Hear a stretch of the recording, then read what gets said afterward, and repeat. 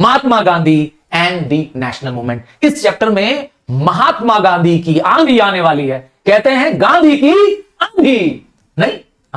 इस चैप्टर में आप महात्मा गांधी के बारे में जानेंगे, कैसे महात्मा गांधी हमारे देश में एक सबसे बड़े लीडर बनकर निकलेंगे। गांधी जी से पहले कांग्रेस के लीडर्स थे, बहुत सारे लीडर्स थे, सुरेंद्र नाथ बनर्जी थे, दादा भाई नेहरू जी थे, पर गांधी जी के पीरियड को एक स्पेशल पीरियड माना गया है। कई बार इसका नाम दिया गया गांधीयन एरा। तो गांधी जी का पूरा नाम जान लीजिए, मोहनदास करमचंद गांधी। मोहनदास गांधी जी का खुद का नाम है, करमचंद इसके पापा का नाम है। गांधी जी के पापा दीवान थे राजकोट में, है ना, राजकोट नाम की एक प्लेस है गुजरात में, वहां पर वो दीवान थे। और गांधी जी एक अच्छी फैमिली को बिलोंग करते थे। और गांधी जी को बाद में नाम दिया गया बापू। पता है बापू नाम किसने दिया? गांधी जी को बापू नाम दिया सुभाष चंद्र बोस जी ने। आपको नहीं मालूम था। और गांधी जी को महात्मा किसने कहा? रविंद्रनाथ टैगोर जी ने। तो अब दो बड़े बड़े नाम गांधी जी के आ गए, महात्मा और बापू। तो गांधी जी इंडियन, कहते हैं ना, इंडियन नेशनल मूवमेंट में कब्जा कर लिया। अब गांधी जी आएंगे तो गांधी की, कहते हैं ना, गांधी का ही आंधी चलेगी, और वो होगा 1919 से 1948 तक। इस पीरियड को बोला गया है गांधीयन एरा, मतलब गांधी का टाइम पीरियड, जब हमारे देश में गांधी जी जो बोलेंगे, जैसा बोलेंगे वैसा होगा। पूरे देशवासी उनके लिए मरने मिटने को तैयार हो जाएंगे। तो ऐसा क्यों हो गया?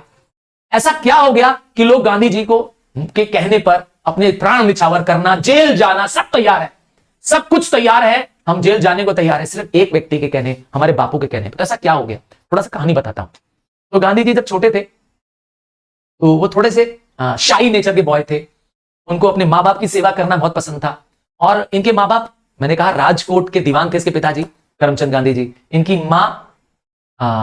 माँ एक बहुत ही रिलीजियस लेडी थी, और ये अपने माँ बाप की बहुत सेवा करते थे। इनको पढ़ने के लिए भेज दिया गया इंग्लैंड, लॉ की पढ़ाई करने के लिए। हाँ, वो इंग्लैंड से पढ़ के आए थे महात्मा गांधी, बड़े एजुकेटेड थे, बैरिस्टर बन के आए। जब भारत आए, राजकोट में उन्होंने लॉ प्रैक्टिस शुरू भी की।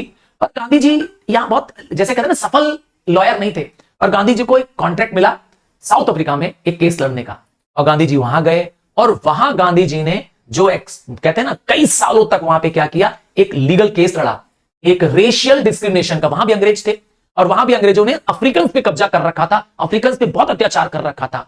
वहां पर भी अंग्रेजों ने अफ्रीकन काले लोगों पे, वहां इंडियंस रहते थे, याद रखिएगा, साउथ अफ्रीका में। तो वहां पे गांधी जी ने नेटल इंडियन कांग्रेस, क्या नेटल इंडियन कांग्रेस नाम की एक पार्टी बनाई। गांधी जी ने वहीं से सत्याग्रह करना सीखा। कहते हैं ना, making of Mahatma, from a common man to a great man. Gandhi ji कहां बने? साउथ अफ्रीका में बने। वहां से उन्होंने अंग्रेजों को लड़ना, सत्याग्रह करके, बिना वॉयलेंस किए, बिना हथियार उठाए, सत्य के लिए आग्रह करना, फाइटिंग फॉर द ट्रुथ करना, गांधी जी ने साउथ अफ्रीका से सीखा। और वहां उनको विजय भी मिली, वहां अंग्रेजों को झुकना पड़ा गांधी जी के आगे। और 1915 में गोपाल कृष्ण गोखले, जो कि गांधी जी के पॉलिटिकल गुरु थे, उनके कहने पे गांधी जी वापस इंडिया आ गए। गांधी जी इंडिया आए तो इन्होंने ऐसा नहीं कि आते ही तुरंत मूवमेंट शुरू कर दिया, नहीं, लगभग 4 साल तक, 1915 में गांधी जी वापस इंडिया आ गए साउथ अफ्रीका से। यहां पर इंडिया में आने के बाद गांधी जी ने लोगों को समझना शुरू किया, इंडियन की पॉलिटिकल कंडीशन समझना शुरू किया। उन्होंने ट्रेवलिंग करना शुरू किया, देखा यहाँ के लोग कैसे रहते हैं, क्या उनकी कंडीशंस है, ब्रिटिशर्स क्या कर रहे हैं। तो इस दौरान गांधी जी जब इंडिया में मूवमेंट कर रहे थे, वो अलग अलग प्लेसेस में गए, और वहां छोटे छोटे स्ट्रगल्स, छोटे छोटे सत्याग्रह मूवमेंट्स गांधी जी ने शुरू किए। तो शुरुआत के मूवमेंट्स गांधी जी के सत्याग्रह के मूवमेंट शुरुआत हुए चंपारण से। चंपारण एक छोटा सा प्लेस है, गांव है, बिहार में है चंपारण। चंपारण में जो फार्मर्स थे, जिनको मजबूर किया अंग्रेजों ने कि आप हमारे लिए इंडिगो उगाइए। इंडिगो होता है नील, नील वो जो कपड़ों में डालते हैं ना, व्हाइट कपड़ों को ब्लीच करने के लिए। हाँ, नील, वो 4 बूंदों वाला उजाला, समझ गए ना, वो नील। ये प्लांट प्रोडक्ट होता है, और ये ऐसा एक प्रोडक्ट होता है जिसको सॉइल पे उगाने से सॉइल की सूटेबिलिटी खत्म हो जाती है, सॉइल की फर्टिलिटी चली जाती है। और किसानों को, इंडियन फार्मर्स को मजबूर किया गया कि तुम्हें 3/20 ऑफ द लैंड, मतलब आपके पास अगर 20 एकड़ लैंड है, समझाने के लिए कह रहे हैं, तो 3 एकड़ लैंड में आपको क्या करना पड़ेगा, मेरे लिए इंडिगो उगाना पड़ेगा, ये तुमको देना ही पड़ेगा, एज अ लगान देना पड़ेगा, और इसका प्राइस हम तय करेंगे। तो अंग्रेजों ने इसके प्राइस को अपने कंट्रोल में रखा। फार्मर उगाएंगे, मन मर्जी से अंग्रेज क्या करेंगे, उससे ले लेंगे। तो इंडिगो फार्मर्स बर्बाद हो रहे थे, और गांधी जी जब वहां गए, गांधी जी ने उनके पक्ष में, इंडिगो फार्मर्स के पक्ष में आंदोलन किया, और वहां उनको सफलता मिली। ब्रिटिश प्लांटर्स ने, ब्रिटिश लोगों ने अपनी हार मानी वहां पर, और इंडिगो फार्मर्स को कंपनसेशन दिया। तो यहां से गांधी जी की जर्नी इंडिया में भी क्या हो गई, सत्याग्रह से शुरू हो गई। गांधी जी ने कोई लड़ाई नहीं लड़ी, कोई हथियार नहीं उठाया, किसी को एक थप्पड़ भी नहीं मारा, पर फिर भी गांधी जी अपने सत्य से, सत्याग्रह से शुरू कर दिया। अगला मूवमेंट हुआ अहमदाबाद में। गांधी जी यहां पहुंचे मिल वर्कर्स की मदद करने। यहां पे मिल वर्कर्स को उनका पे नहीं मिलता था, वर्किंग कंडीशंस बहुत खराब थी। मिल ओनर्स जो थे वो ज्यादातर अंग्रेज थे। गांधी जी इनके साथ आंदोलन में बैठ गए। गांधी जी ने इन मिल वर्कर्स के साथ में अंग्रेजों के खिलाफ आंदोलन किया और अंत में अंग्रेजों को उनको प्रॉपर सैलरी, प्रॉपर वेजेस देना पड़ा। यहां पर भी गांधी जी अपने सत्याग्रह से जीत गए। 1918 तक आते आते खेड़ा नाम के प्लेस है, यहां पर किसानों के क्रॉप्स बर्बाद हो गए, क्योंकि होता है ना कभी बारिश नहीं पड़ती, ड्रॉट पड़ जाता है तो क्रॉप्स सूख गए। पर अंग्रेजों ने उनसे लगान मांगने में जोर जबरदस्ती करना शुरू कर दिए, तो गांधी जी इनकी सपोर्ट में फिर यहां भी पहुंचे और इनका लगान इनको माफ करवा दिया। तो एक तरह से गांधी जी ने एक्सपेरिमेंट किया सत्याग्रह का, जो वो सीख के आए थे साउथ अफ्रीका में, और यहां पर भी वो हिट था। हाँ, गांधी जी का ये मूवमेंट यहां पर सफल था और इंडिया में अब वो क्या करेंगे, एक मेजर रोल प्ले करने वाले। देखिए क्या होने वाला है। 1919 आ चुका है, अब गांधी जी एक मेजर लीडर के रूप में उभर के आए हैं, क्योंकि उन्होंने जहां जहां कहते हैं ना पार्टिसिपेशन किया सत्याग्रह का, वहां वहां उनको सफलता मिली। यहां पर गांधी जी अभी तक ब्रिटिशर्स को मदद कर रहे थे। 1919 तक आते आते वर्ल्ड वॉर 1 1918 में खत्म हो जाएगा। गांधी जी ने वर्ल्ड वॉर 1 तक ब्रिटिशर्स का सपोर्ट किया।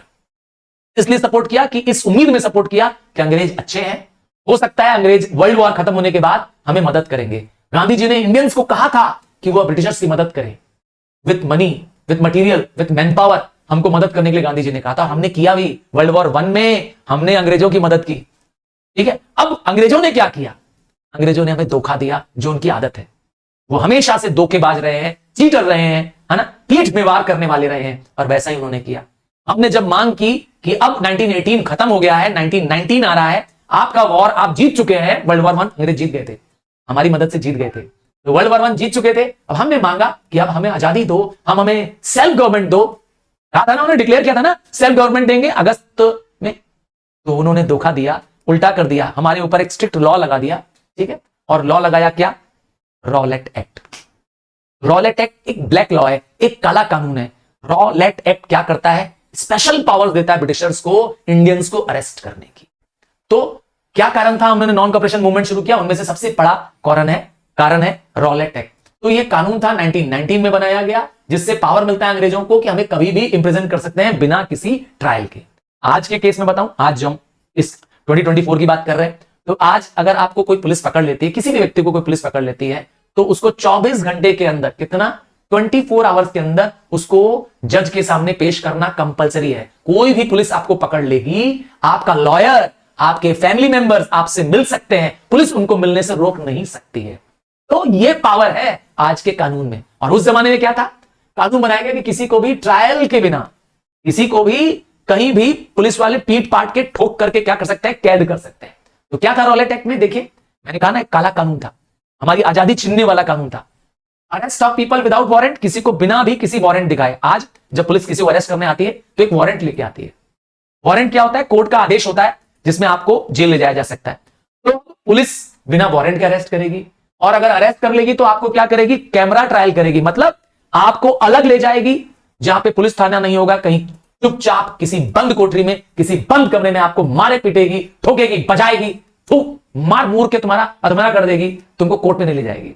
सोचिए, पावर ज्यादा किसके पास है, पुलिस के पास है। पुलिस कसाई हो जाएगी, ठीक है ना, इसे कहते हैं सेक्युलिजन करना। और क्या करेगी, आपको कहीं आने जाने से पुलिस रोक सकती है, आपको कैद कर सकती है, और वो भी बिना कोर्ट ले जाए। और क्या करेंगे, आपके right of habeas corpus, habeas corpus होता है टू हैव द बॉडी, क्या, to have the body. Police क्या कर सकती है, किसी को कैद कर सकती है, कैद करके उसको मार डाल सकती है, उसकी लाश को छुपा सकती है। ध्यान से सुनिएगा, यह राइट है हेबियस कॉर्प्स। आज पुलिस भी ये नहीं कर सकती, सच कह रहा हूं, आज पुलिस के पास ये पावर नहीं है। हेबियस कॉर्प्स एक क्या है, एक रिट है, WRIT। यह एक कोर्ट द्वारा आदेश है कि कोई भी किसी की व्यक्ति को जिंदा या मुर्दा कब्जा नहीं कर सकता, उसको होल्ड नहीं कर सकता, उसको छुपा या दफना या गायब नहीं कर सकता। आपको उसको कोर्ट के सामने पेश करना पड़ेगा। यह पावर है कोर्ट का। सोच लीजिए हमारे देश में कोर्ट कितनी सुप्रीम है आज भी। तो राइट ऑफ हेबियस कॉर्प्स खत्म, मतलब अब पुलिस किसी को भी गायब कर सकती है, मार के काट के फेंक सकती है, कोई पूछने वाला नहीं है। सोचिए, सारा पावर किसके पास चला गया, अंग्रेजों के पास चला गया। कितना गंदा कानून है। तो गांधी जी तो सपोर्ट करेंगे नहीं। अरे हमने आपसे आजादी मांगी है, सेल्फ गवर्नमेंट मांगा है 1919 को, और खत्म हो गया, ध्यान दीजिएगा।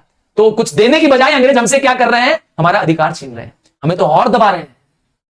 तो ये काला कानून था, यह कानून इंडियंस के ऊपर एक अत्याचार था, सेल्फ गवर्नेंस के बदले ऊपर हमें अत्याचार। गांधी जी ने रिक्वेस्ट किया उस समय वॉइस रॉय से कि ऐसा कानून वापस ले लीजिए, अंग्रेजों ने नहीं सुना, गांधी जी की अपील को इग्नोर कर दिया। गांधी जी ने तय किया कि अब हम आपका मुकाबला सत्याग्रह से करेंगे, नाम दिया रॉलेट सत्याग्रह। गांधी जी ने रॉलेट एक्ट का विरोध करने के लिए एक सत्याग्रह, मास मूवमेंट शुरू किया, जन जन का आंदोलन शुरू किया, नाम था रॉलेट सत्याग्रह। हाँ, अंग्रेजों को बहुत बड़ा चैलेंज मिलने वाला है इससे। दूसरी घटना क्या हो जाएगी, इस घटना को आप ऐसे इमेज से देखेंगे तो आपके रोंगटे खड़े हो जाएंगे। हाँ, मैं खुद गया था जलियांवाला बाग देखने, मैंने उस पर एक वीडियो भी बनाया है। हाँ, मैं आपको वीडियो शेयर कर दूंगा। हृदय, जलियांवाला बाग पर मैंने एक वीडियो बनाया हुआ है। हाँ, मैंने एक छोटा सा शॉर्ट वीडियो बनाया, मैं खुद गया था जलियांवाला बाग देखने, मैं आपको शेयर कर दूंगा इसका लिंक डिस्क्रिप्शन में अभी। हमारे जिसमें थे, मैंने अपने दूसरे चैनल में डाला था उसका लिंक। मैं खुद गया था जलियांवाला बाग देखने। तो क्या है जलियांवाला बाग, जरा देखिए तो सीन को, पहले समझते हैं क्या है। 1919, ध्यान से सुनिएगा, 1919 वर्ल्ड वॉर 1 खत्म। 1918 में हमने मांगा अंग्रेजों से कि हमें अब आजादी दो, सेल्फ गवर्नमेंट दो। तो अंग्रेज तो जानते ही है धोखेबाज है, तो सेल्फ गवर्नमेंट देने की बजाय हम पर क्या कर दिया, और रॉलेट एक्ट लगा दिया। और तो और जलियांवाला बाग इंसिडेंट हुआ। क्या था जलियांवाला बाग इंसिडेंट, ध्यान से समझिएगा। 1919 में 13 अप्रैल को, कौन सा डेट है, 13 अप्रैल 1919, इस दिन बहुत सारे कांग्रेस के वर्कर्स, जिसमें वुमेन्स थे, बच्चे थे, ये सब इकट्ठा हुए।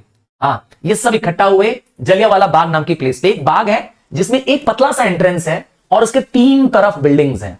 तो एंट्रेंस एक छोटा सा है, 2-4 लोग ही जा सकते हैं एंट्रेंस में, और एक सिंगल एंट्रेंस है, बाकी तीनों तरफ से बिल्डिंग से घिरा हुआ एक बगीचा है, एक गार्डन है, जिसमें और बच्चे सब इकट्ठा हुए, क्योंकि कांग्रेस के 2 बड़े लीडर्स, डॉक्टर सैफुद्दीन किचलू और डॉक्टर सत्यपाल, ये कांग्रेस के लीडर्स थे, इनको अरेस्ट कर लिया गया था। तो इसके प्रोटेस्ट में वो लोग वहां थे। ये जो कांग्रेस के जो 2 लीडर्स थे, इनको अरेस्ट किया गया था, इसीलिए सारे लोग इकट्ठा हुए थे, और एक बैसाखी का त्यौहार भी था। और अंग्रेज के कमांडर, मिलिट्री का कमांडर जनरल डायर आया, देखिए सीन है, ब्रिटिश कमांडर आया, जनरल डायर आया, और उस सेना लेके आया और उस एंट्रेंस को ब्लॉक कर दिया। एंट्रेंस को ब्लॉक कर दिया, और एंट्रेंस को ब्लॉक करने के बाद अपने सिपाहियों को बोला कि फायर करो जब तक कि गोलियां खत्म ना हो जाए। और यही हुआ। वहां जो लोग खड़े थे, आप सीन देख लीजिए, कितना डरावना सीन है। 1000 people died on the spot. हाँ, 1000 लोग मार दिए गए on the spot, same time पे मार दिए गए। और तो और उससे ज्यादा लोग घायल हो गए, क्योंकि कहीं लोगों को भागने की जगह नहीं मिली, ऊंची ऊंची बिल्डिंगें हैं चारों तरफ। मैंने आप लोगों के लिए स्पेशली, मैं खुद गया था जलियांवाला बाग में, और मैंने इसका एक छोटा सा वीडियो भी बनाया था। जो अभी करंट जलियांवाला बाग है, मैंने उसका वीडियो बनाया था। हमारे एक दूसरा चैनल भी है, मैंने आपको शायद बताया था, कभी नहीं बताया था, सर तरुण डिजिटल या सर तरुण शॉर्ट है, उस चैनल में मैंने इसको अपलोड भी किया था। चलिए खैर कोई बात नहीं, मैं आपको लिंक उसका शेयर कर दूंगा, जरूर देखिएगा। तो जलियांवाला बाग में एक बहुत बड़ी ट्रेजेडी हुई, जिससे मतलब पूरी दुनिया शॉक हो गई, पूरी दुनिया को सदमा लग गया कि आप इतने लोगों को मार सकते हैं। हाँ, एक साथ बहुत सारे लोगों को मार दिया गया। वैसे मैं आपको आगे की कहानी बता देता हूं। इस जनरल डायर को हमारे इंडियन ने जाकर के इंग्लैंड पे क्या कर दिया, ठोक दिया। हाँ, हमारे इंडियन ने जाकर के जलियांवाला बाग का बदला जाकर के इंग्लैंड में जाके ले लिया, क्योंकि जनरल डायर को क्या कर दिया गया, देश से बाहर भेज दिया गया। मैंने लिंक वैसे शेयर कर दिया है आपको, हाँ, कमेंट बॉक्स में, बाद में दिखेगा, अभी पहले इस पे ध्यान देंगे। चलिए, और क्या हुआ इस जलियांवाला बाग इंसिडेंट के बाद, जितने बड़े लीडर्स थे, जैसे रविंद्रनाथ टैगोर को सर की टाइटल मिली थी। हाँ, SIR, सर को बोलते हैं नाइटहुड मिलना। ब्रिटिशर्स में सबसे बड़ी टाइटल होती है सर की टाइटल। तो उन्होंने इसको टाइटल को लौटा दिया, क्योंकि रविंद्रनाथ टैगोर एक बहुत ही महान ऑथर थे, राइटर थे, उनको नोबेल प्राइज भी मिल चुका था, तो उन्होंने अपनी नाइटहुड लौटा दी। रविंद्रनाथ बहुत तकलीफ में थे, बहुत पेन हुआ उनको। और तीसरा और बड़ा रीजन है कि क्यों नॉन कॉपरेशन मूवमेंट स्टार्ट हुआ, वो था खिलाफत मूवमेंट, खिलाफ, अगेंस्ट। क्या हुआ इसमें, 1918 तक वर्ल्ड वॉर 1 चला। 1918 में टर्की नाम का एक मुस्लिम कंट्री है, जिसके जो लीडर थे उसको बोलते हैं खलीफ। खलीफ्स आर दी पॉलिटिकल गुरुज और religious gurus of the Muslims. वहां के किंग भी होते हैं खलीफ, और मुसलमानों के धर्म गुरु भी होते हैं। तो इनको अंग्रेजों ने क्या कर दिया, वहां से हटा दिया। तो मुसलमानों को लगा कि हमारे पॉलिटिकल और रिलीजियस गुरु को उन्होंने हटा दिया, ब्रिटिशर्स को, और किसी दूसरे व्यक्ति को वहां डिप्यूट कर दिया। इससे सारे मुसलमान उनसे नाराज हो गए। किनसे, ब्रिटिशर्स से नाराज हो गए। और उन्होंने खिलाफ, मतलब होता है अगेंस्ट, उन्होंने अंग्रेजों के खिलाफ एक आंदोलन शुरू किया। इंडिया में इस खिलाफत मूवमेंट को शुरू किया 2 अली ब्रदर्स ने, मोहम्मद अली और मौलाना शौकत अली। तो अली ब्रदर्स के नाम से जाने जाते हैं, इन्होंने शुरू किया। ये दोनों आप फोटो देख पाएंगे, इन दोनों की एज। और गांधी जी को ये मौका मिल गया, क्या मौका मिल गया, कि ये एक बहुत अच्छा मौका है हिंदू मुस्लिम यूनिटी कराने का, क्योंकि ये जो इंडियंस हैं वो अभी बटे हुए थे। तो इस मौके से क्या हो जाएगा, वो दोनों साथ आ जाएंगे। गांधी जी को लीडर बनाया जाएगा ऑल इंडिया खिलाफत कॉन्फ्रेंस का, गांधी जी उसके प्रेसिडेंट बन जाएंगे और गांधी जी ये मौका देखेंगे कि एक बहुत अच्छा मौका है जब हम मिल करके, हाँ हम अलग नहीं है। गांधी जी ने बताया लोगों को कि हमारे मतलब हिंदूज के और मुस्लिम्स के राइट्स पाना हमारे लिए इस समय ज्यादा जरूरी है, तो इसलिए हम लोगों को साथ आना पड़ेगा, ऐसा विश्वास था गांधी जी का। और 1920 में गांधी जी ने इन सब को ध्यान रखते हुए एक मूवमेंट शुरू किया, नॉन कॉपरेशन मूवमेंट, जिसमें खिलाफत मूवमेंट को मर्ज कर दिया गया। तो ये मुसलमानों का मूवमेंट था वो अलग नहीं था, बल्कि इसी में जाकर के मर्ज हो गया। तो नॉन कोऑपरेशन मतलब हिंदी बोले तो असहयोग आंदोलन। गांधी जी ने कहा कि इवल डूअर्स के साथ, बुरा काम करने वालों के साथ कोऑपरेशन अब नहीं हो सकता। अंग्रेज इवल डूअर्स हैं, उन्होंने रॉलेट में हमें तड़पाया, रॉलेट एक्ट पास करके, खिलाफत मूवमेंट में हमारे मुसलमान भाइयों को परेशान किया, और तीसरा और आखिरी है जलियांवाला बाग मैसेकर करके हमारे हजारों भाई बहनों को मारा। तो इसीलिए हम उनके खिलाफ एक आंदोलन लाएंगे, और ये पहला इंडिया का, यस इंडिया का first mass movement on the massive scale था, started by the Gandhi ji. इसीलिए गांधी जी इतने जाने जाते हैं। इसमें जन जन ने पार्टिसिपेट किया, स्टूडेंट ने पार्टिसिपेट किया। कैसे? स्टूडेंट्स स्कूल जाना बंद कर दिए, कॉलेजेस जाना बंद कर दिए, लॉ कोर्ट्स में लॉयर्स ने जाना बंद कर दिया, फार्मर्स ने टैक्स देना बंद कर दिया, वुमेन्स रोड पे चली आई, औरतें सड़कों पर आ गई, घर से बाहर निकल आई, और लोगों ने अंग्रेजों के खिलाफ पिकेटिंग ऑफ शॉप्स कर दिया, boycott of the British goods हो गया, लोगों ने फॉरेन गुड्स को जला दिया, जिसके पास जो फॉरेन गुड्स था सब लोगों ने होली जलाई। जहां पे लिकर बिकता था, शराब बिकती थी, वहां पे लोगों ने क्या कर दिया, पिकेटिंग। पिकेटिंग मतलब होता है उस पर निगाहें लगाना, ताकि कुछ लोग इंडियंस बैठ करके देखते रहते थे कि कौन जा रहा है विदेशी सामान खरीदने। अगर कोई विदेशी सामान, विदेशी शराब खरीदता था तो लोग उससे बायकॉट कर लेते थे। तो इस तरीके से अंग्रेजों को कमजोर किया गया, अंग्रेजों को दूर किया गया। तो क्या ऑब्जेक्टिव था? तो ऑब्जेक्टिव था सेल्फ गवर्नमेंट पाना, ठीक है, वापस हमें हमारी सरकार चाहिए। जो रॉलेट एक्ट बनाया गया इसको एन्यूल करना, एन्यूल मतलब होता है वापस लेना, कैंसिल करना, और पंजाब में जो जलियांवाला बाग जो कांड हुआ है उसका माफी मांगना, उसके लिए पश्चाताप होना अंग्रेजों को, और खिलाफत क्राउन को दूर करना, यह था पर्पस। तो क्या क्या था? मैंने कहा सरकार को पहला कि अब हम गवर्नमेंट के इलेक्शंस में पार्ट नहीं करेंगे, काउंसिल इलेक्शंस होने वाले थे, कांग्रेस पार्टी ने तय कर दिया कि अब हम क्या करेंगे, काउंसिल इलेक्शन में पार्टिसिपेट नहीं करेंगे। जितने नॉमिनेटेड मेंबर्स थे उन्होंने रिजाइन कर दिया। जो लोकल बॉडीज थी, वहां जो इंडियन मेंबर्स काम कर रहे थे, उन्होंने कहा अब हम म्युनिसिपैलिटीज में, लोकल बॉडीज में काम नहीं करेंगे। खिलाफ non cooperation, surrender of titles, Gandhi ji को भी टाइटल मिली थी केसरे हिंद, गांधी जी की सर्विस फॉर द ब्रिटिशर्स के लिए उनको टाइटल मिली थी, गांधी जी ने लौटा दी। रविंद्रनाथ टैगोर जी को टाइटल मिली थी, सर लौटा दी। इसीलिए तो सारे ऑनरी टाइटल्स लोगों ने लौटा दिए, कहा तुम्हारी टाइटल तुम खुद रखो। और refusal to attend government functions, किसी भी गवर्नमेंट के फंक्शंस में, प्रोग्राम से हम नहीं जाएंगे। स्वदेशी को गांधी जी ने प्रचार किया, स्व मतलब अपना, देशी मतलब कंट्री का, of one's own country, India for Indians, यह गांधी जी ने प्रचार करना शुरू किया। गांधी जी खुद अपने हाथ से चरखा चलाने लगे, ताकि चरखा इसलिए चलाया ताकि इंडियंस को यह यकीन दिला सके कि हम खुद हैंड वीविंग करेंगे, अपने हाथ से खादी बनाएंगे, अपने कपड़े बनाएंगे, और ब्रिटिश मेड गुड्स को नहीं यूज करेंगे। अंग्रेजों का जब हम सामान नहीं खरीदेंगे तो अंग्रेजों की कमाई नहीं होगी, उनको परेशानी होगी। उनके साथ हम किसी भी तरीके से क्या नहीं करने वाले हैं, कोऑपरेट नहीं करेंगे, सहयोग नहीं करेंगे। और क्या किया गांधी जी ने? अनटचेबिलिटी को दूर करने के लिए एक्शंस लिए। जो हमारे देश में हरिजन हुआ करते थे उनके वेलफेयर के लिए काम किया। हिंदू मुस्लिम यूनिटी के बढ़ाने के लिए गांधी जी ने बहुत सारे मेजर्स लिए। तो इस तरीके से इस नॉन कॉपरेशन मूवमेंट में बहुत बड़ा रोल था देश को एकजुट करने का। सब देशवासी इसमें एक हो गए। और क्या हुआ? नॉन कॉपरेशन मूवमेंट, लॉयर्स ने, मैंने बताया, लीगल प्रैक्टिस छोड़ दी, स्टूडेंट्स ने स्कूल कॉलेजेस छोड़ दिए, कांग्रेस ने खुद ने इलेक्शन बायकॉट कर दिया, चरखा बनाया गया, गांधी जी खुद चरखा चलाए और लोगों को चरखा प्रमोट किया कि खुद खादी के कपड़े बनाओ, अंग्रेजों के कपड़े मत लो। हमारे देश में जामिया मिलिया इस्लामिया, ये आज भी यूनिवर्सिटी है, बहुत बड़ी यूनिवर्सिटी है दिल्ली में, आप पता करिएगा, बहुत बड़ी यूनिवर्सिटी है। इसको एस्टेब्लिश किया गया, ये देश की नेशनल यूनिवर्सिटी बनाई गई 1920 पीरियड्स में। और कौन कौन सी यूनिवर्सिटी बनाई गई? बिहार में बनाई गई बिहार विद्यापीठ, बनारस में, काशी में आज भी है, आपको बता दें। हाँ, हमारे वाराणसी में, जिसको हम काशी कहते हैं, वहां पे काशी विद्यापीठ बनाई गई। आजकल इसका पूरा नाम पता है क्या है? आज इसका पूरा नाम काशी विद्यापीठ नहीं है, आज इसका नाम है महात्मा गांधी काशी विद्यापीठ। हाँ, इसका नाम काशी विद्यापीठ से चेंज कर दिया हम लोग ने। तो ये क्यों बनाया गया? ताकि हम अंग्रेजों के स्कूल कॉलेज में, जहां ब्रिटिश की पढ़ाई चल रही है, वहां नहीं पढ़ाएंगे, हमारे अपने इंडियन स्कूल्स होंगे, हमारे देशवासी उसमें टीचर्स होंगे, जैसे आचार्य नरेंद्र देव, डॉक्टर जाकिर हुसैन साहब, लाला लाजपत राय, ये हमारे नेशनल लीडर्स यहां पे पढ़ाएंगे, हमारे इंडियन कल्चर और वैल्यूज को पढ़ाएंगे, अंग्रेजों की पढ़ाई, वेस्टर्न पढ़ाई नहीं पढ़ाएंगे। बहुत बड़ा सोच था, बहुत बड़ी विचार थे इससे। रविन्द्रनाथ टैगोर और दूसरे लीडर्स ने अपने टाइटल्स दे दिए, और तो और लोगों ने फाइनेंस दिया, लोगों ने अपने घरों से 2 वक्त की रोटी न खा करके गांधी जी को पैसे दिए कि इस मूवमेंट को और चलाइए। लोगों ने जहां फॉरेन गुड्स बिकते थे उसको पिकेटिंग करना शुरू कर दिया, अपने फॉरेन क्लोथ्स को लोगों ने पब्लिक के सामने होली जला दी, विदेशी सामानों की होली जला दी। खेड़ा में फार्मर्स ने नॉन वायलेंट एग्रेशन शुरू किया, लैंड रेवेन्यू देने से मना कर दिया, कहा लगान नहीं देंगे, जो करना है कर लो, जेल में ले चलना है ले चलो, हम लगान नहीं देंगे। फॉरेस्ट के लोगों को विश्वास आ गया कि गांधी राज आ गया है। जो हमारे आदिवासी भाई बहन थे उनको लगा हमारे देश में तो गांधी राज आ गया है। प्रिंस ऑफ वेल्स आए उस जमाने में, 1921 की बात है, अंग्रेजों के राजकुमार है प्रिंस ऑफ वेल्स, ब्रिटिश राजकुमार है। जब उनको आए तो उनके लिए पूरे मुंबई को सजाया गया, पर वहां पर भी क्या हुआ, 1921 में नॉन कॉपरेशन मूवमेंट चल रहा था, लोगों ने क्या कर दिया, राइट कर दिया, दंगे कर दिए, लोगों ने दंगे कर दिए और पुलिस ने ओपन फायरिंग की और बहुत सारे इंडियंस को 59 इंडियंस को मार दिया प्रिंस ऑफ वेल्स के स्वागत में।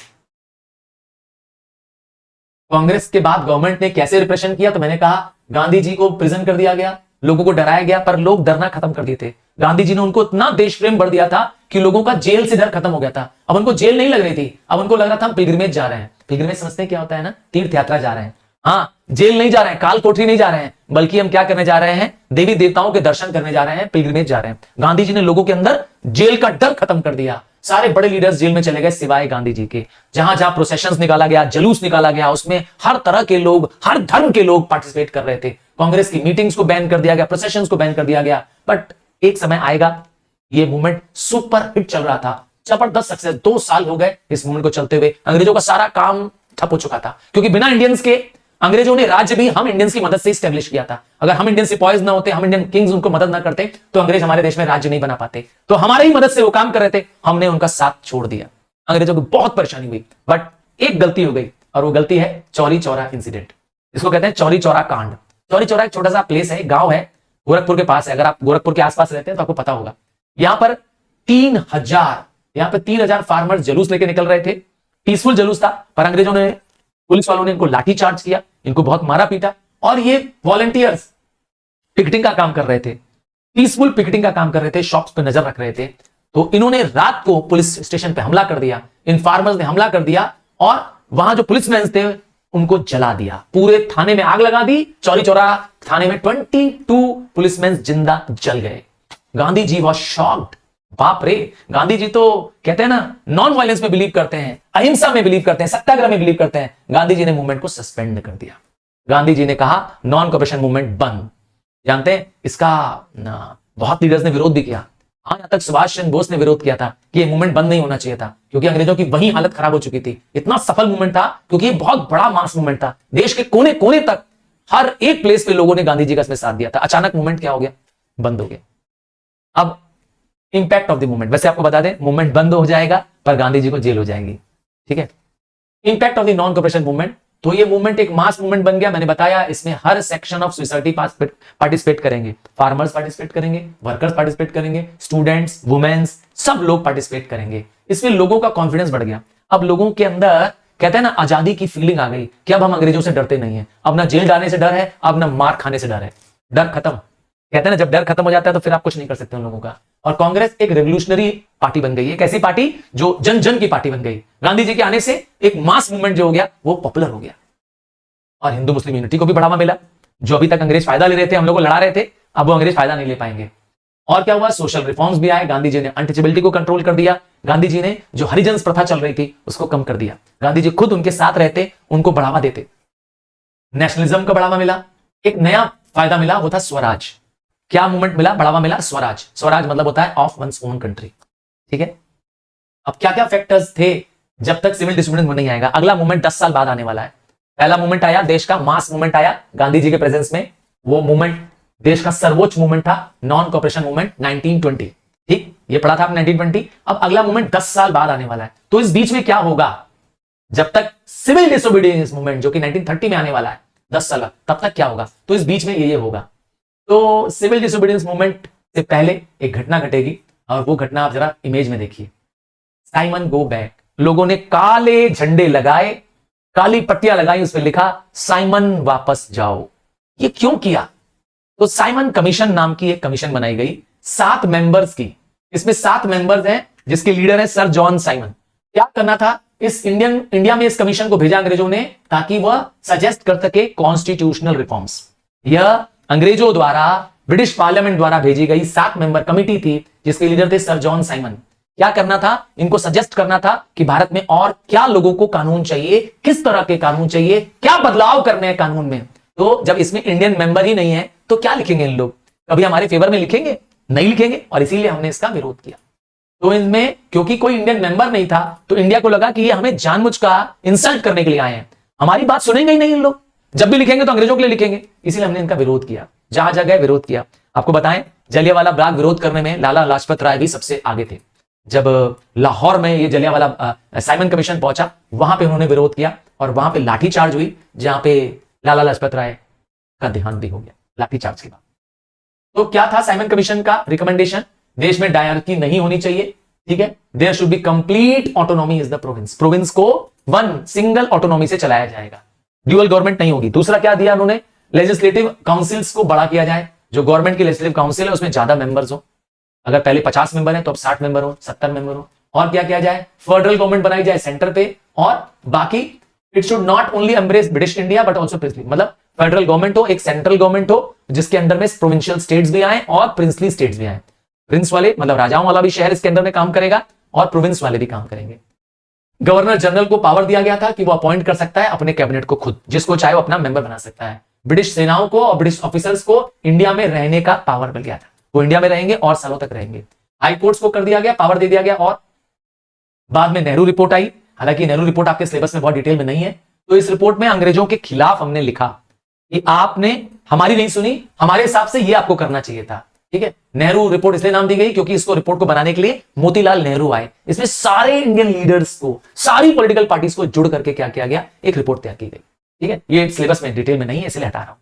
और क्या हुआ? डिक्लेरेशन ऑफ पूर्ण स्वराज, ये बहुत बड़ा इवेंट है, बहुत बड़ा इवेंट है।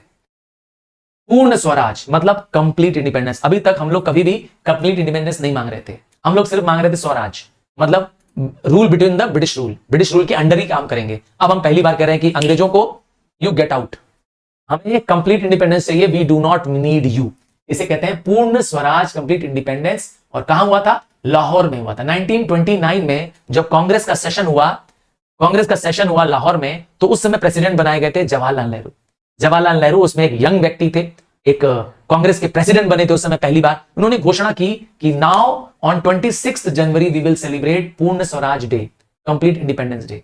याद रखिएगा, देश आजाद नहीं हुआ था, पर 26 जनवरी से 1930 से हमने हर साल देश में आजादी मनाना शुरू कर दिया। हर साल जब भी 26 जनवरी आती, हम झंडा लेकर के क्या करते? लहराते और अंग्रेजों के सामने इंडिपेंडेंस डे मनाते। तो 26 जनवरी एक बहुत ही इंपॉर्टेंट डे हो गया। और आपको बता दें, 26 जनवरी को हम इंडिपेंडेंस डे नहीं मनाए बाद में, जब हम आजाद हुए तो हम 15 अगस्त को आजाद हुए। तो इसी 26 जनवरी को याद रखने के लिए इसको रिपब्लिक डे हमने घोषित कर दिया। 1915 में 26 जनवरी को एज ए रिपब्लिक डे घोषित कर दिया। समझ आया क्या इंपॉर्टेंस इस दिन का? समझ आया अपना? तो क्या क्या ऑब्जेक्टिव था पूर्ण स्वराज में? अब देश में सिविल डिसोबीडियंस के लिए तैयार करना है, पूर्ण स्वराज रेजोल्यूशन पास होना है, 26 जनवरी को देश में पूर्ण स्वराज डे मनाया जाएगा। लोगों ने, जो काउंसिल मेंबर्स थे, उन्होंने जहां जहां थे वहां रिजाइन कर दिया और 26 जनवरी as a day of independence लोग मनाने लगे। आजादी से पहले हम लोग इस दिन को आजाद मनाने लगे, पर मैंने कहा हम आजाद हुए 15 अगस्त 1947 को, इंडिपेंडेंस डे 15 अगस्त हो गया। और 26 जनवरी को हम क्या करने लगे? इसको 1950 में इस दिन को हम लोग ने याद करने के लिए रिपब्लिक डे बना दिया, जिस दिन हमारा कॉन्स्टिट्यूशन इंप्लीमेंट हुआ, हमारे देश का अपना संविधान हमारे देश में लागू हो गया 26 जनवरी 1950। So this day became Republic day. अब समझ आ गया दोनों दिन में डिफरेंस क्या है? सिविल डिसोबीडियंस मूवमेंट देश का दूसरा सबसे बड़ा आंदोलन आ रहा है। पहला मूवमेंट बता दिया, नॉन कोऑपरेशन मूवमेंट। याद रखिएगा, इसमें से कोई एक लॉन्ग क्वेश्चन श्योर आ रहा है, कहीं नोट कर लो आज मेरी बात। अभी बोर्ड में टाइम है, पर मैं आज आप लोगों को कह रहा हूं कि इस टॉपिक में से क्वेश्चन आना ही आना है, बोर्ड में आएगा, फॉर श्योर आएगा। चलो, टॉपिक है सिविल डिसोबीडियंस मूवमेंट। 1930s में ये मूवमेंट शुरू होगा। अब ये मूवमेंट अलग कैसे है?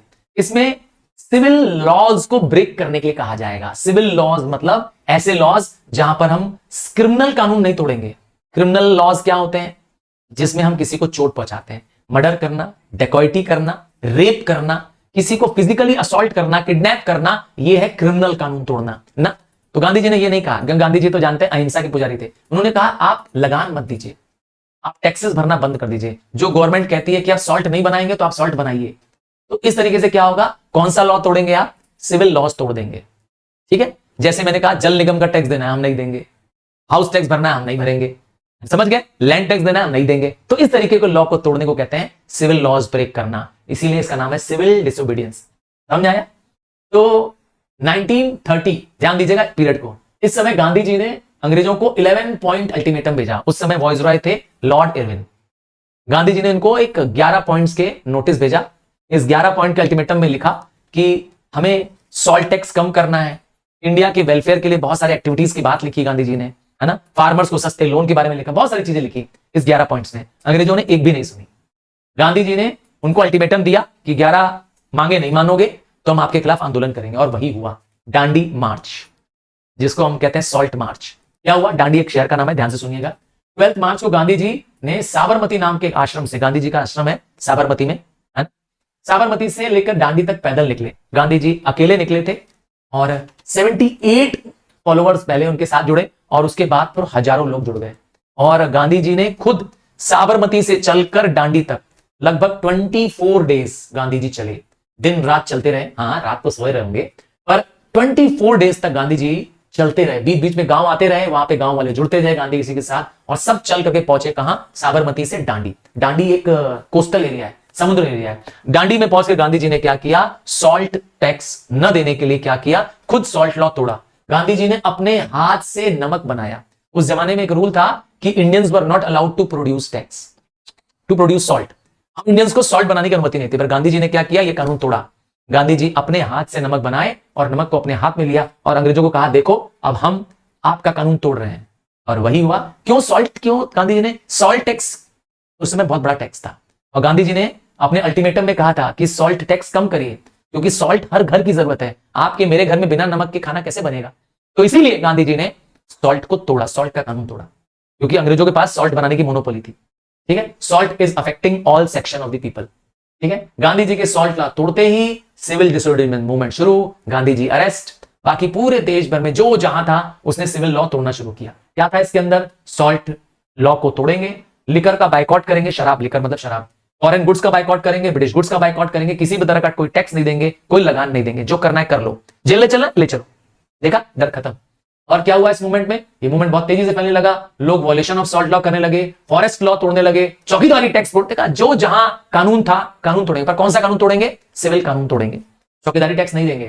ठीक है, इस तरह से देश के हर कोने में हड़ताल, डेमोन्स्ट्रेशन, कैंपेन लगने लगे, जो जहां था फॉरेन गुड्स की होली जलाने लगे।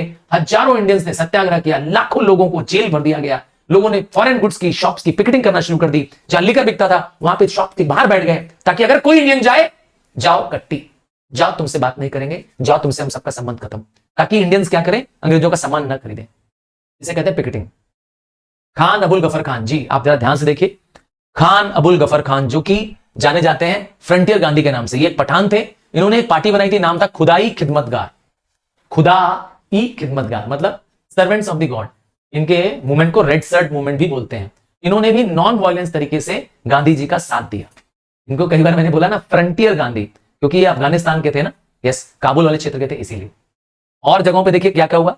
नागालैंड में रानी गाय दिल्यू, हाँ, एक 13 साल की रानी है, 13 साल की रानी है। इन्होंने भी गांधी जी के सपोर्ट में खड़ी हुई और इन्होंने भी रिवोल्ट किया। हालांकि बाद में रानी गायदिलू को अरेस्ट कर लिया गया, मार दिया गया।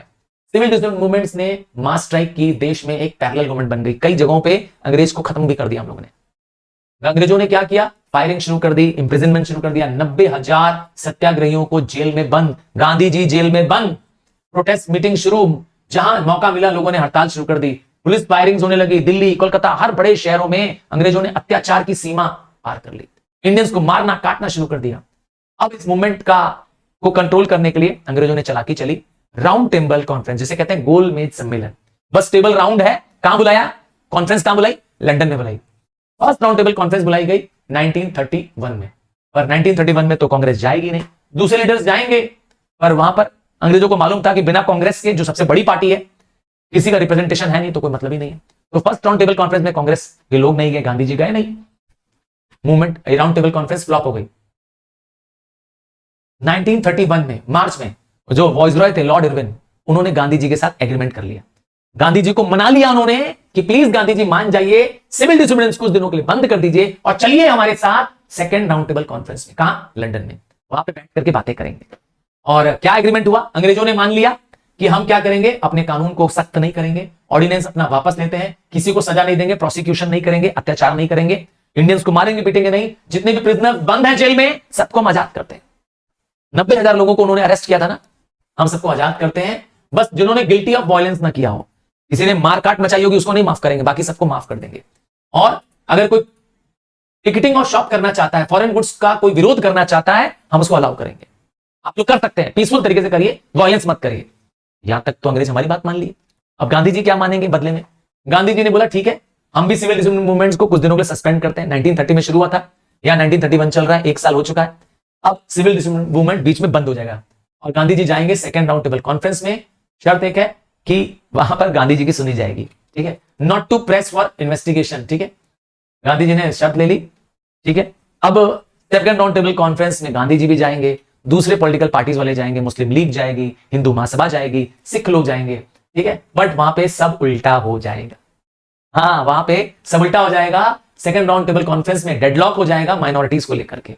माइनॉरिटीज बताया था, वो कम्युनिटी जो कम क्वांटिटी में है हमारे देश में, उसको लेके, क्योंकि उनको अंग्रेज सेपरेट इलेक्टोरेट देना चाहते हैं। क्या चीज? सेपरेट, मतलब सबको अलग अलग सीट, सिखों को अलग सीट, जैन को अलग सीट, पारसीज को अलग सीट, मुसलमानों को अलग सीट। देखा, नाम था सेपरेट इलेक्टोरेट, ठीक है। और डिप्रेस क्लास को भी अलग सीट देने वाले थे। इससे क्या हो जाएगा? बंटवारा हो जाएगा देश में, सब आपस में ही टूट मरेंगे, अपनी अपने ही सिर्फ क्या करेंगे, धर्म और जाति के बारे में सोचेंगे, कोई देश के बारे में सोचेगा ही नहीं। गांधी जी ने मना कर दिया और ये बिना किसी फैसले के गांधी जी वापस आ गए और सिविल डिसोबीडियंस फिर से शुरू, फिर से जेल भरो आंदोलन शुरू। थर्ड राउंड टेबल कॉन्फ्रेंस बुलाया जाएगा पर वो फेल हो जाएगा, क्योंकि again third round table conference में गांधी जी नहीं जाएंगे। अब डॉक्टर BR अम्बेडकर, जिसको हम भीमराव अम्बेडकर जी के जाने जाते हैं, उन्होंने डिमांड की थी कि हमें सेपरेट इलेक्टोरेट चाहिए हमारे लोगों के लिए, जिनको हम दलित्स कहते हैं, शेड्यूल कास्ट कहते हैं, या इनको कई बार बोलते हैं हरिजन्स। तो इनके लिए वहां के जो प्राइम मिनिस्टर थे उन्होंने अनाउंस किया, प्राइम मिनिस्टर का नाम है रामसे मैकडॉनल्ड। उन्होंने कहा इनके लिए कम्युनल अवार्ड्स, मतलब इनके लिए अलग से सीट रखी जाएगी। अब मुसलमानों के लिए अभी अलग सीट, बुद्धिस्ट के लिए अलग सीट, सिखों की अलग सीट, क्रिश्चियन की अलग सीट, सबको अलग अलग सीट मिलेगी। समझाने के लिए कहते हैं कि 500 सीट है पार्लियामेंट में, समझना, ठीक है, 500 सीट है पार्लियामेंट में, तो 200 सीट मान लेते हैं, एग्जांपल देते हैं कि मेजॉरिटी वाले लोगों के पास है, हिंदूज के पास है, तो बाकी सीट बची 300, तो सबको सीट बांट दी गई। 50 सीट मुसलमानों को, 50 सीट बुद्धिस्ट को, 50 सीट सिख को। उनकी सीट फिक्स है, मतलब अब उनको वो सीट मिलेगी ही मिलेगी। जिस इलाके से वो खड़े होंगे वहां वही जीतेंगे, भले वहां दूसरी कम्युनिटी के लोग रहते हो। तो इस तरह से क्या हो गया? धर्म के नाम पर बंटवारा हो गया। इसका नाम रखा गया कम्युनल अवार्ड, ठीक है। गांधी जी ने इसका विरोध किया। गांधी जी ने इसका विरोध करने के लिए फास्ट टिल डेथ, जिसे हिंदी में कहते हैं आमरण अनशन, मैं अब भूख प्यास से मर जाऊंगा अगर ये जल्दी से क्या नहीं वापस नहीं लिया गया। गांधी जी उस समय जेल में थे। हाँ, गांधी जी उस समय जेल में थे, पूना की यरवदा जेल में थे, और गांधी जी आंदोलन में बैठ गए और वहीं पर 1932 को पूना पैक्ट साइन होगा। डॉक्टर BR अम्बेडकर वहां पहुंचेंगे गांधी जी का इस फास्ट को तोड़वाने के लिए, और वो मान जाएंगे कि हमें सेपरेट इलेक्टोरेट नहीं चाहिए, दलित को सेपरेट इलेक्टोरेट नहीं चाहिए, बल्कि कुछ सीट रिजर्व कर दी जाए, बस प्रोविंशियल इलेक्शंस में हमारे लिए कुछ सीट रिजर्व कर दी जाए, हमें कम्युनल अवार्ड्स नहीं चाहिए। पूना पैक्ट इसका नाम दिया गया, क्योंकि पूना की जेल यरवदा जेल में गांधी जी के बीच में और डॉक्टर BR अम्बेडकर के बीच में हुआ। वैसे आपको बता दें, गांधी जी को 6 साल की जेल मिली थी और जल्दी ही गांधी जी को छोड़ दिया गया। गांधी जी की तबियत खराब हो गई थी बहुत ज्यादा। अब सिविल डिसोबीडियंस मूवमेंट वापस गांधी जी के आने के बाद शुरू हुआ। गांधी जी अरेस्ट भी हो गए, मैंने बताया, अंग्रेजों ने बहुत सारा अत्याचार किया और बीच में कम्युनलिज्म, धर्म के नाम पे भी झगड़े होने लगे। गांधी जी ने देखा कि ये मूवमेंट बहुत ज्यादा चल नहीं पाएगा, इस मूवमेंट का जो कहते हैं ना ताकत जो थी वो खत्म हो गई थी। कहीं ना कहीं हाई कास्ट लो कास्ट हिंदूज के बीच में भी एक कहते हैं डिफरेंसेस पैदा हो गए थे। तो इस तरीके से जो बंटवारा हो गया, तो मूवमेंट में ना जैसे कहते हैं ना ताकत नहीं बची थी। गांधी जी 1934 में इसको विड्रॉ कर दिया, 1934 में इस मूवमेंट को विड्रॉ कर दिया, और खुद गांधी जी भी क्या हो गए, पब्लिक लाइफ से दूर हो गए, पॉलिटिकल लाइफ से दूर हो गए। गांधी जी भी एक तरह से कहें हट गए। तो क्या ये मूवमेंट बेकार चला गया? जी नहीं, ये मूवमेंट भी एक ताकतवर मूवमेंट था फर्स्ट मूवमेंट की तरह। सिविल डिसोबीडियंस मूवमेंट भी बहुत ही कारगर मूवमेंट था। अंग्रेजों को कांग्रेस को बैन करना पड़ गया, और तो और इस बार औरतें भी घर से बाहर निकली। उन्होंने मर्दों के साथ कंधे से कंधा मिलाकर के बराबर मांग की। गवर्नमेंट ऑफ इंडिया एक्ट पास हुआ इसकी वजह से ही, और इस एक्ट में फेडरेशन ऑफ प्रिंसिपल्स बनाया गया। क्या बनाया गया? Principle of federation, principle of provincial autonomy, मतलब स्टेट्स अलग इंडिपेंडेंटली काम करेंगे, और प्रोविंशियल गवर्नमेंट जो कि स्टेट में एक अलग असेंबली होती है वो अलग काम करेगी, मतलब उनके पास पूरा पावर रहेगा, वो अपने लिए रूल बना सकते हैं अपनी प्रोविंशियल असेंबली में। तो ये एक नया पावर दिया गया गवर्नमेंट ऑफ इंडिया एक्ट से, ठीक है। और ये movement revive the will to fight, मैंने कहा लोगों ने कह सकते हैं संघर्ष करना सीख लिया। आइए थोड़ी सी जानकारी doctor B R Ambedkar ji के बारे में, जिनको बाबा साहेब कहते हैं। इनको कई बार बोला गया आर्किटेक्ट ऑफ इंडियन कॉन्स्टिट्यूशन।